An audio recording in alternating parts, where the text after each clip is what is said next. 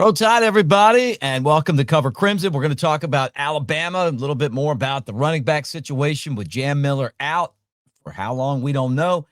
We'll talk about Bama's pass rush, a little bit about the defense, and other stuff right here as we talk Alabama football, getting you closer to kickoff between Alabama and Florida State on Cover Crimson, brought to you by Pearl River Resort over in Philadelphia, Mississippi. Jake Coker and I are going to be there tomorrow. We'll be there tomorrow on Wednesday. We want you guys to come down, golf at Dancing Rabbit Golf Club. It's the Augusta you can play. 2 awesome golf courses, and it's getting to that time of year where the weather's going to be perfect to get out there and play some golf. All right, let's get this show started. And again, a Roll Tide Monday, and excited about the start of football season. Let's go.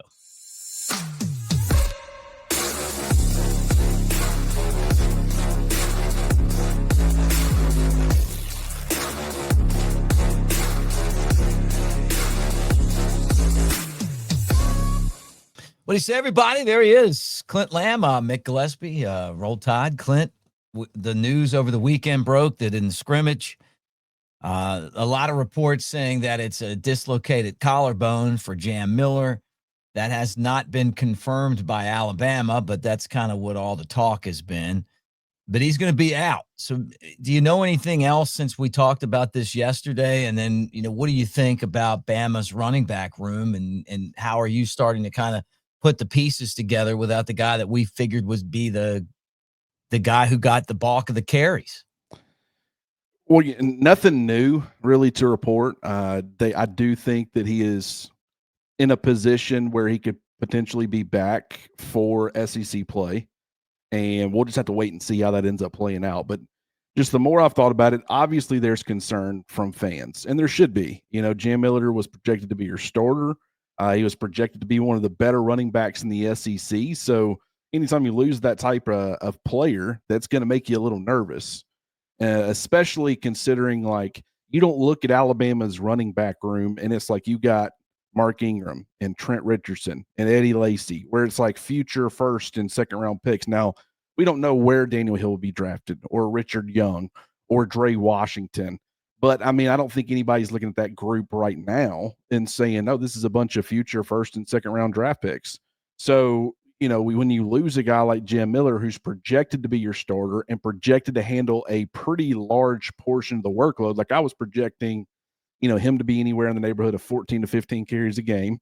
And then the next highest, I personally had Daniel Hill somewhere in that 7 to 8 range. So about half of the amount of workload, plus what he can provide in the passing game and everything else, and the fact that he is far and away your best pass blocking running back, it's going to make anybody nervous. So I want to start by acknowledging any concern that anybody has. What I choose to do in these situations is say, okay, it's kind of like a coach. You can't let this linger. Like there's no reason to focus on the fact that Jam Miller is not going to be there. Focus on when he gets back and how you can re-implement him into the offense. But for now, it's like, okay, how do we adjust? What do we do different? How does things look different? And for Alabama, I think that they have a pretty good stable of guys. It could be a situation where it's committee and you ride the hot hand. It could be a situation where, it's still more of a 1-2 punch. But the fact that they were already planning for 3 probably to play, and you lose Jam Miller, so there was 4 that we had in this conversation, so you still have 3. I still think it's going to be kind of a rotation, and they're just going to let these guys go out there and compete, see who does the best. And, I wouldn't be shocked at all if that was Daniel Hill. Now, for some odd reason, people choose the fact that I'm higher on Hill and Dre Washington than Richard Young. They choose to twist that into I'm not high on Richard Young. I'm high on Richard Young. I'm just not as high on him as I am the other 2 guys. Massive difference.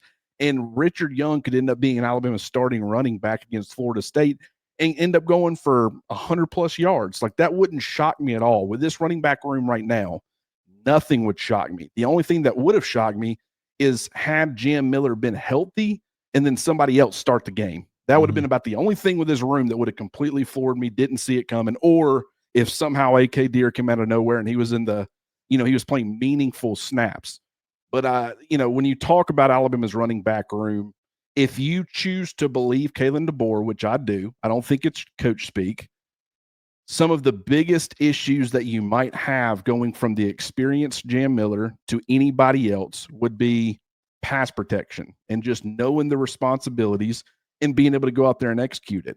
Well, Kalen DeBoer said after the first scrimmage that he felt like all of the guys who were in that conversation, and he brought up all four, they could all execute and they knew what to do when it comes to a pass protection standpoint. So until I see it be a problem, I'm not going to elect to worry about it. But, there is some uncertainty here because you go from more of a known commodity. I do think Jam Miller had taken a massive step forward this offseason. So I don't even know if we knew exactly what Alabama was getting with him. But he was at least a guy who had played a lot of football. You had seen him do some really good things. You knew kind of how he could be utilized in this offense. Now it's a bunch of guys that have gotten very little action, 40, 50 snaps, 20, 25 carries. Right. It's just there's not a whole lot to go on. So we'll have to wait and see. How do you think they'll distribute the football first game with these guys? I mean, do you have any idea? Sometimes I get these hunches about guys, and sometimes it's talking to people because, like my love for Rico Scott, he was in that conversation with all of the other second wave players, Jalen Hill, Cole Adams, Jalen Mbakwe, Lazier Brooks. Like Rico Scott was absolutely in that conversation, and I had him on the higher end of that conversation because of where he finished last season. But it wasn't until you start talking to people, like I've talked many times about that text I got, it changed how I looked at Rico Scott. And as you start paying attention, it's like, players at Alabama's pro day, Malachi Moore gets asked, hey, who's somebody that's stepping up, or who's somebody that did step up in the bowl practices or whatever. He brings up Rico Scott. And then this guy brings up Rico Scott. And then you start paying attention, man, there's a lot of buzz happening behind the scenes here. And so Daniel Hill has been that guy for me at running back. I talked back in, I think, February, you and I talked about it, where I thought he could be like a utility piece. And I didn't even really project him to be at the time in Alabama's rotation consistently at running back. I was talking about, hey, I like this guy's skill set. He's different.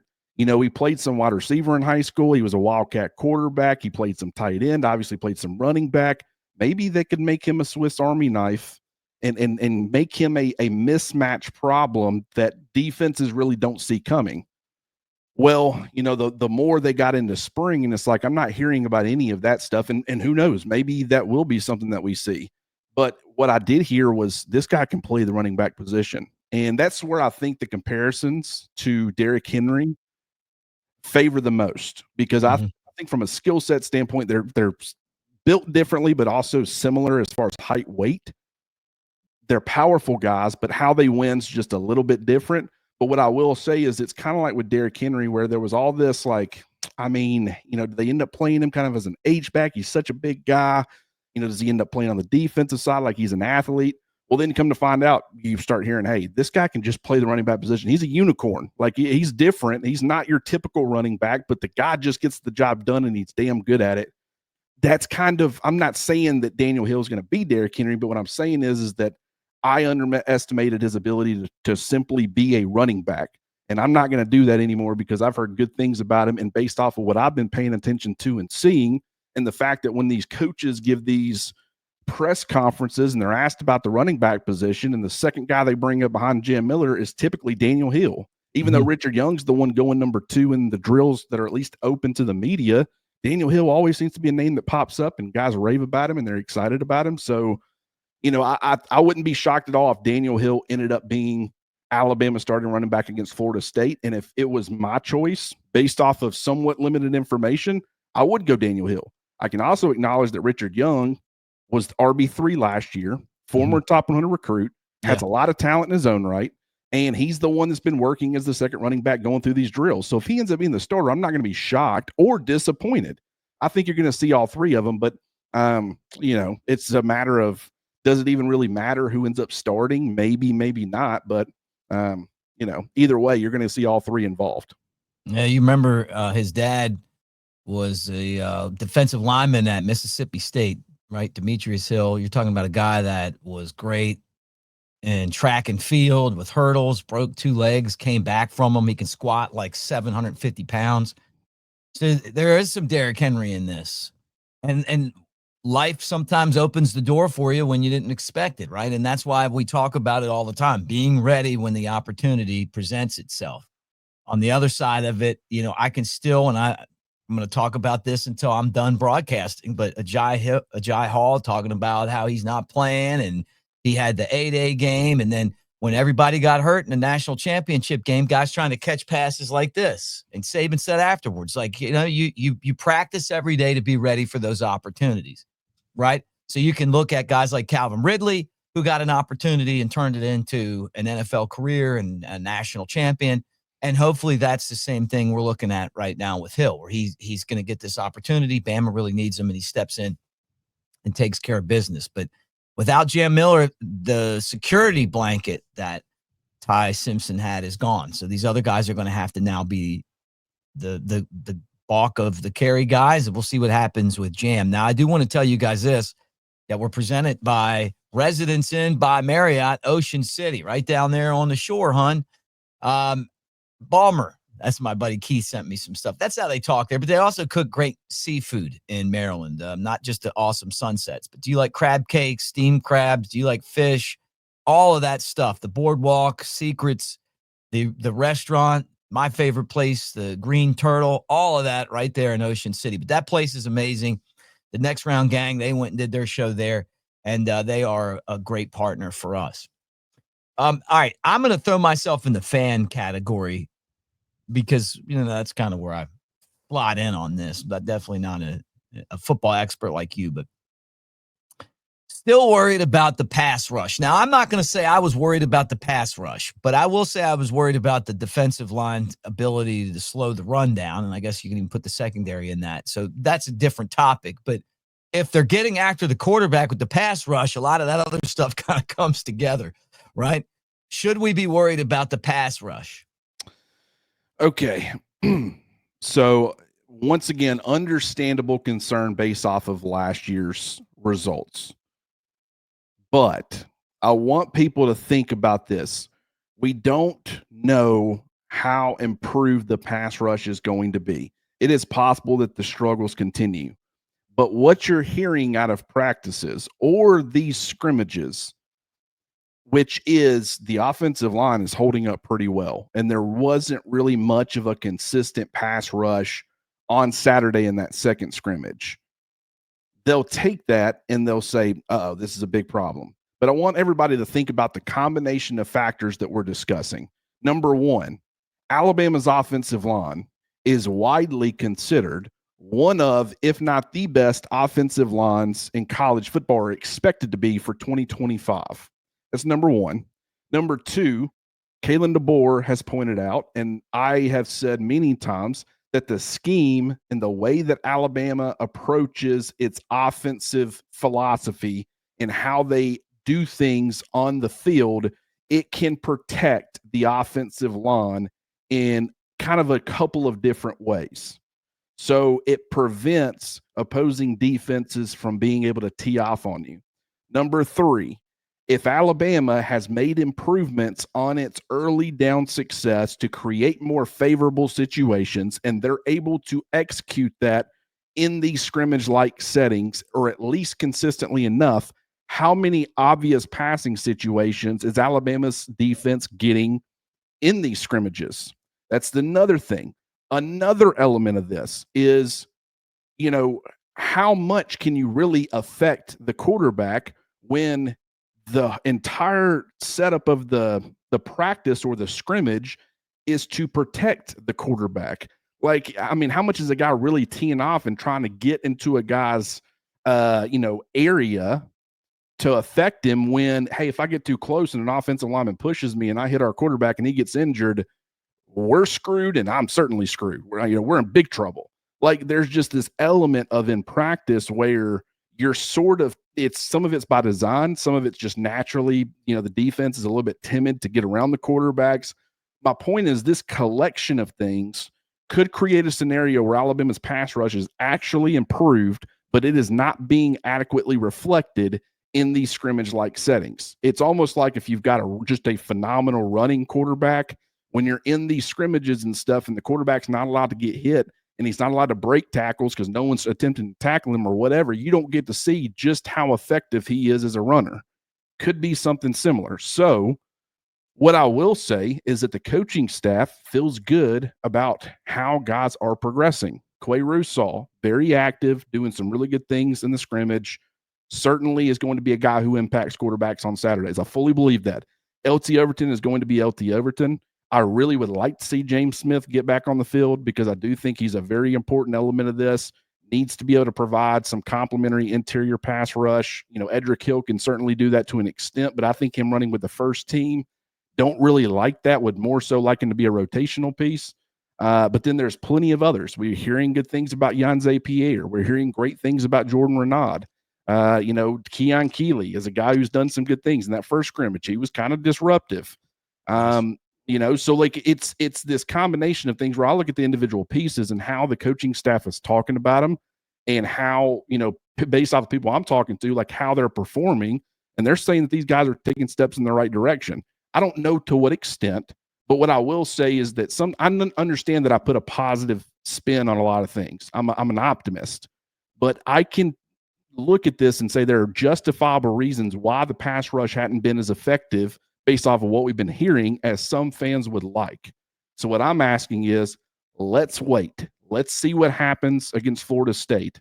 And don't get me wrong, Tommy Castellanos, like he is a guy who is going to be able to extend. He's going to be able to elude pressure. How much are they affecting him and getting him off his mark? Because if they can do that, even if they struggle to bring him down because of the athleticism and stuff, I'll still feel really good about it. Now, Florida State's offensive line is not expected to be great, but at the same time, I just think that people need to say, okay, I'm concerned. I have my questions. I have my reservations about this group, but I'm not going to freak out until we get to Saturdays and things are fully live and we can't put pressure on quarterbacks. Because at this point, there's no reason to stress about it right now because it is what it is. There's not a whole lot you can do about it at this point. Get to the season. Let's figure out where it's at. And then if you got to make adjustments from there, you try to make them. But I just don't think there's any reason to panic right now. I feel like they're going to get after the quarterback. I do too. I think I don't. LT Overton and Tim Keenan and those guys, I think they're going to be all right in that area. And I'm with you. Keelan Keeley could have a big year. Somebody's going to emerge that's going to get an opportunity. I don't want anyone else getting hurt in practice. But Saban always had guys get hurt in practice. And I heard from the players that they were really physical in practice in these scrimmages. Like you played scrimmages in practice as tough as you played the games. And I hear Jay Coker say it all the time. That's why when we played games, we're always ready to get physical. That is a great point, first of all. I don't know if Alabama was as physical in the later Saban years as they were even when like Coker was there in 2014, 2015. Right. I think that it trailed off a little bit. There's a reason that Jam Miller's getting hurt. And you might say, hey, it's not worth it. Like, you're banging around, you're getting physically ready for the season, but man, we're losing guys. You need to pull back a little bit. I'm not saying that I agree or disagree with that statement.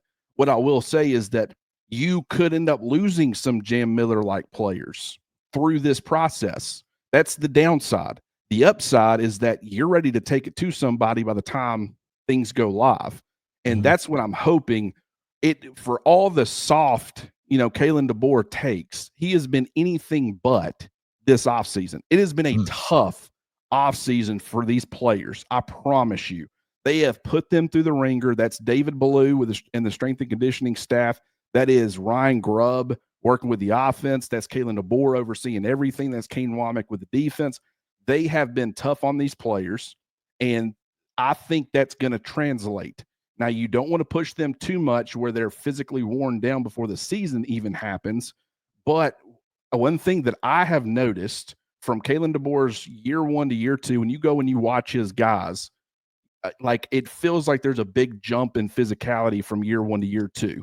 And so I think that's going to happen with Alabama this season. And that's something that this isn't a knock on Nick Saban, but I do think that Alabama's physicality, to an extent, it had dropped off a little bit, and I'm excited to see what it could potentially look like after going through this offseason.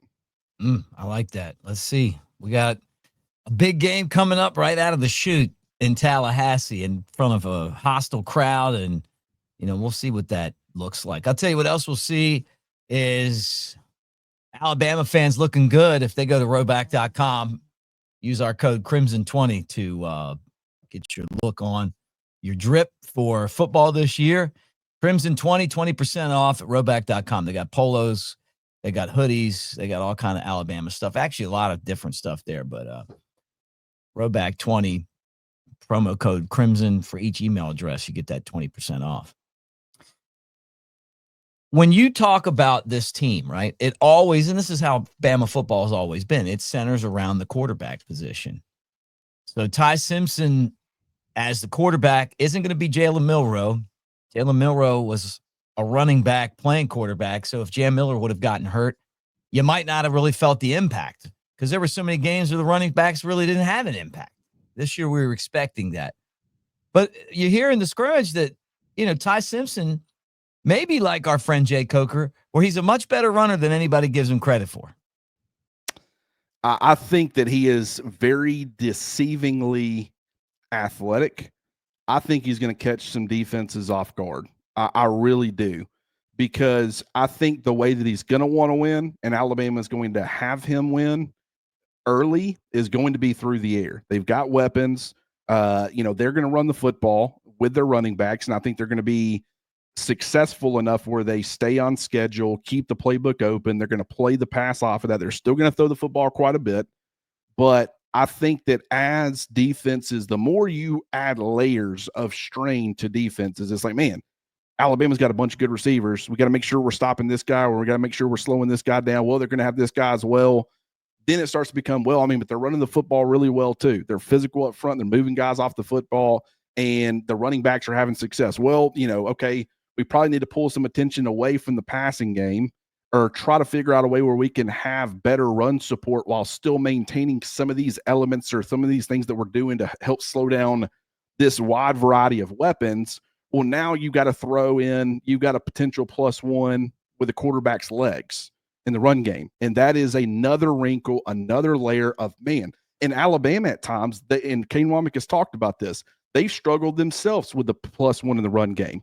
And that was even against offenses where there really wasn't a threat through the air, like Oklahoma and Jackson Arnold, with where their wide receiver room was at. They were not much of a threat to throw the football. And yet Alabama struggled still with a +1 quarterback in the run game. And so it's a strain even as it is, which is what helped make Jalen Milroe and Alabama's offense still very lethal at times last year. But now that you're throwing in all these other elements that you have to worry about, it becomes a pick your poison. How would you like to lose, your defense versus Alabama's offense? Because there's no way you can have it all covered. Alabama can do some self-inflicted stuff. They can hurt themselves. They can slow themselves down. Maybe the weather elements limit Alabama enough where you can more so focus on certain things and maybe slow them down a little bit more. There are things that I'm not saying Alabama is going to be unstoppable each and every week, but from a preparation standpoint, Alabama is going to be an absolute nightmare offensively because there's not only a ton of variety in the passing and the running game, but there's so many different elements and ways they can attack you offensively that it's just that's why I think Ty Simpson is going to have such a successful season. It's why I'm not overly concerned about the running back room, despite losing Jam Miller. It's like, I think they're going to be super effective. And I think the coaching staff, I'm not saying that they're cocky behind the scenes or anything, but I think they're quietly confident in what they have on offense. And it's why they're not, Kalen DeBoer, we've heard that the offense has been much further along than the defense as far as having success. Now, the defense has responded well in scrimmages, but the offense has come out and kind of hit them in the mouth. If there was concern over that from a defensive perspective, I think you would see that reflected more in these press conferences, a little bit more. But it's more of, I just think they're really confident, feel really good about where their offense is at, and they know that their defense is going to be more than fine when things go live against other teams. So I'm excited about how Ty Simpson fits into that. I'm excited to, see the one thing I'm curious about offensively is the tight ends. And we've talked about this before, but not only did Marshall Pritchett get some first team and second team reps, but so did Caleb Edwards. And some people will say, well, that's them preparing for potentially not having Josh Cuevas available or Danny Lewis was kind of limited a little bit and it's them getting other guys involved, that 100% could be the case. And I acknowledged that last week when we talked about this. But what I'll also say is that there's a part of me that believes that this coaching staff knows they've got two really, really good tight ends, and they are slowly getting them prepared to start off contributing. And then based off of how they perform, they might end up taking over and being one of the main players at the position. We know that they play two primarily. They're going to have three total who are rotating and playing. We know that Danny Lewis and Josh Cuevas are the two favorites for that. But who's going to be that third guy, first of all? And then second of all, can one or both of these freshmen push for bigger roles as the season progresses? I mean, based off of what we're hearing, I wouldn't be shocked at all if that ended up being the case. So a position that I wouldn't say worried about, but I have questions about. Maybe a couple of true freshmen can come in and really help solidify those positions, not just for 2025, but for beyond. Yeah, well, that's what you hope, right? I mean, if you're playing true freshmen, you're hoping that they can help you now and they just keep getting better and better, right? And they stick around for 3 or 4 years and are part of your organization and are ready to go. So I love the fact that we've got so many, basically elite level prospects and, we're young freshman players, but freshman players make mistakes. But in this day and age, man, when Bear Bryant was coaching, like, hey, you have a loss for every freshman. These guys are coming in. They're so much more adapted to the game because the high school game's such a higher level. And when you mix camps in there with it, right, and then they're getting to school, some of these guys during their senior year, right, they enroll early and then they're practicing and then they're going through it. They're not like freshmen used to be back in the Bear Bryant days. That 100% correct. And a couple things with that, it's like, okay, if it's just getting a bunch of bodies in there and making sure you have that next wave in case Cuevas and Lewis continue to deal with injuries and all that, if that's the case, then why isn't it Brody Dalton? Why isn't it Jack Samarco? Why isn't it Jay Lindsey? I think that there's a very specific reason that the guys that you're hearing about, now granted, from what I hear, they did rotate multiple guys with the first and second teams at tight end. So I'm not saying that those guys aren't involved at all, but I'm saying that the guys who are getting the most opportunities in those situations, from what I've been hearing, once again, not with my own eyes, so you have to rely on somebody else and what they're seeing, but it's been more of Marshall Pritchett and Caleb Edwards. And I just don't think that that's – I think that helps from a preparation standpoint if something happens to those other two guys, but I also think that it's like, hey, these guys are good enough to push. And that has to make you feel pretty good about the tight end room because there's a part of me that's like, is that out of necessity?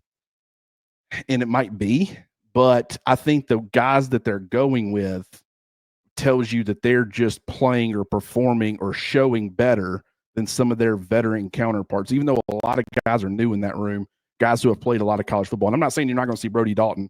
I honestly don't know, and I wouldn't be shocked if he was tight end 3, but it's just I wanted to bring up that the tight ends, the young tight ends, continue to make an impression. And I think that, it's just like when they signed. They complement each other very well. Caleb Edwards is like that. He's a complete tight end, but he's primarily like that big-bodied, wide inline blocker who's going to be a much better pass catcher than given credit for. You can still flex him, do some different things with him. Good mismatch problem in the passing game, but then you got a guy like Marshall Pritchett who has gotten a lot bigger, a lot stronger, been getting his opportunities, can play that move position, can be a solid, reliable pass catcher, but also I don't think is going to be quite the liability as a blocker that I probably thought he was going to be early in his career. And that has to make you feel good about, where that position's heading because we know how important that position is to Ryan Grubb and Kalen DeBoer's offense. Guys, thanks for hanging out with us on Cover Crimson, brought to you by Pearl River Resort. As I said, I'll be there tomorrow with Jay Coker. We're going to do a little golf at Dancing Rabbit. It's the Augusta you can play, the Azaleas, the Oaks. We'll probably go to Philip M's and get one of those tomahawk steaks, get the chowder, which is so amazing there. You don't have to go to New England for that. It's great. But we'll stay at Silver Star, and Golden Moon Casino. There's a pedestrian walkway that goes from one place to the other. It's just it's really a fun place. The sports book in Golden Moon Casino is where the Timeout Sports Lounge is. It's great. 20 big screen TVs, full size bar. You don't once again, you don't have to go all the way out to Vegas to have that casino experience. But table games and awesome slots. Tracy Lawrence is coming in November to perform. I'm a huge Tracy Lawrence fan. I could sit here and sing all of his songs. 90s country, man. I like that. Anyway, check it out for yourself. Final thoughts, Clint, other than everybody that is unable to watch, or maybe you just want to, get a replay of the show. Don't forget, we're available on Apple and Spotify, the Cover Crimson Podcast Network. But anything else that you want to talk about today? Just one other super quick thing. Dijon Lee, we talked about him after the scrimmage, been generating quite a bit of buzz, got a lot of reps with the first team, and that was with Damani Jackson getting a lot of reps with the second team. I don't really know what to make of that. It could be a number of things. I don't think that's concerning. I don't think that means Dijon Lee's going to start over Damani Jackson or anything like that. It's just something that at least I'm going to say, okay, that's interesting. But another question that I immediately have when I hear that is, why not Cam Calhoun? Because that would be another very reasonable way where if it's like Damani Jackson's not quite healthy or whatever, hey, Cam Calhoun would be the natural one that you would put in there. Now, granted, we heard that Dijon Lee he's been great ever since he stepped on campus. He's been a part of that rotation. But I find that interesting. Is it that Cam Calhoun is more focused on Husky right now? Or is it the fact that the 5-star freshman is cornerback 3, and that doesn't mean Cam Calhoun's not going to be a part of things out there on the perimeter, but it's something to monitor. Very excited about this guy, very physical, had a couple of nice pass breakups. Like I said on Saturday, he battles at the catch point, makes things difficult for receivers. Think you're going to see a lot of Dijon Lee this fall. I'm excited about it. All right, guys. Well, get in the comment section. Tell us what you think. Make sure you're a subscriber here. Help us build what we're trying to build, right? You like this free content, talking Alabama on a daily basis. The more involvement you guys have, the more work we're going to do. It all goes hand in hand, and that's comments, that's liking, that's subscribing, that's sharing with your Alabama friends. Why do you guys reach out to me and say, hey, man, some of my friends from the past, we'll just slide in and say, hey, love the shows. You guys do a great job. It means a lot, man. I mean, it really does, because it is a grind trying to put content out every day, and we're involved in a lot of things. It's not just Cover Crimson, but this is kind of the spot where we get to hang out with you guys, and we appreciate you more than we can tell you. So thank you for being here. We got football coming up. We're going to hopefully not have to talk about anybody else getting injured. How about guys getting healthy? That's what I want to talk about. But we'll be back again tomorrow, guys. Thank you for being here, and Roll Tide.